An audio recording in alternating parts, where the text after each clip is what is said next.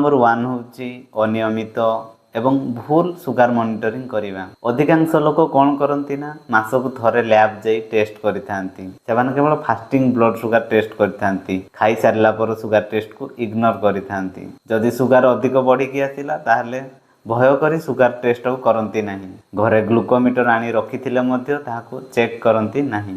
यार परिणाम कौन हुए ना आपन सुगार कंट्रोल रहउची कि नहीं ठीक से जानी पारिबे नहीं। मेडिसिन ठीक से काम करूची कि नहीं ताहा जना पड़िबो नहीं। जहा फल रे भितरे भितरे साइलेंटली कॉम्प्लिकेशन बढ़ी चलिबो एवं डॉक्टर मध्य आपन को ट्रीटमेंट प्लान ठीक से करि पारिबे नहीं। ताहले सठिक नीति कौन? दर्शक बंधु आपन जदि डायबिटीज ट्रीटमेंट रे अछंती ताहले सप्ताह रे थरटिए खाई सारिबा पूर्वरु एवं खाई सारिबा परर ब्लड सुगार मापंतु। आपन कोनोसी लैब जिबा दरकार नहीं।